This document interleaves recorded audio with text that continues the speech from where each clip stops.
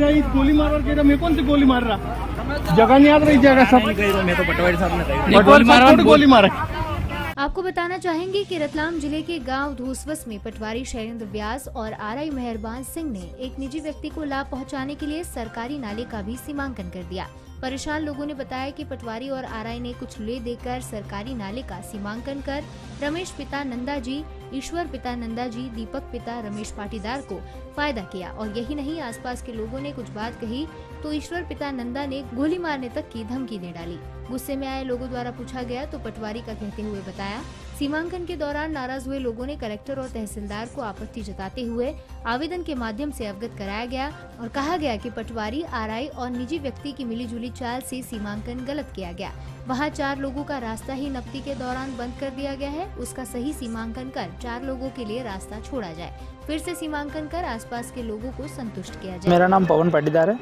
नपती को लेकर मामला हुआ था सर, पहले नपती हो चुकी है। पहले जो नपती हुई थी आज से 25 साल करीब पहले, जब जहाँ निशान हुआ था, ये नपती कल जो हुई वापस, इसको आगे बढ़ा के कम से कम 50 फीट और आगे खींच दिया गया है और ये बिल्कुल उस हिसाब से हुई नहीं है। जिस मेरी समस्या तो सर हो रही है, मेरा मकान अभी बन रहा था जो मैं निजी जगह में बना रहा था, उसके बावजूद मेरे पास पंचायत की परमिशन होने के बावजूद और रजिस्ट्री मेरे हाथ में होते हुए भी कम से कम 50 बार फ़ोन आने के बाद मेरी छत 1.5 महीने से रुकी हुई पड़ी थी, जो मुझे परसों नरसों में भरना पड़ी। मुझे काफ़ी दिक्कत आई है। ठेकेदार द्वारा मेरे से बोला गया कि भैया मेरा 1 महीने का किराया एक्स्ट्रा कौन देगा। बार बार पटवारी जी का और इनका फ़ोन आता था, बोले आप काम रोकिए। मैंने उनको बोला मेरे पास 3 महीने पहले जनवरी की परमिशन पड़ी है पंचायत की और मेरी रजिस्ट्री भी बनी हुई है। बार बार मतलब दबाव आ रहा था, बोले आप छत मत भरिए जब तक सीमांकन नहीं होगा। सीमांकन होना था, सीमांकन के लिए भी 2 बार जब ये मतलब वो साइन करवाने के लिए आए थे और दोनों ही दिन यहाँ कोई ना तो हमें सूचना मिली कि आज होगा सीमांकन या नहीं होगा। सीमांकन ना तो हुआ और ना उसकी सूचना आई। उसके बावजूद भी बार बार फ़ोन आते रहे कि भैया आप निर्माण चालू मत करिए। रास्ते को लेकर सर विवाद कुछ नहीं हुआ। रास्ता जो छूटा हुआ है वो जगह वहाँ पड़ी हुई थी, काफ़ी वर्षों से छूटा हुआ ही पड़ा है वो, 15 फीट 20 फीट जो भी रास्ता है।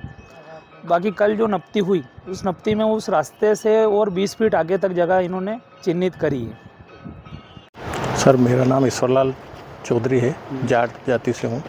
मेरा तो यही है कि एक नपती हुई थी कल, आरआई साहब ने करी थी। मैं तो नहीं नाम पता जानता उनका, पर क्या है कि हमारा पूर्व काल से जो रास्ता का एंगल गड़ा हुआ था, जब 4 लाइन में वो नष्ट हो गया, उस रास्ते को बंद करके उन्हें आगे तक उन्होंने सीमांकन कर दिया और उन्होंने आधा नाला नाप दिया।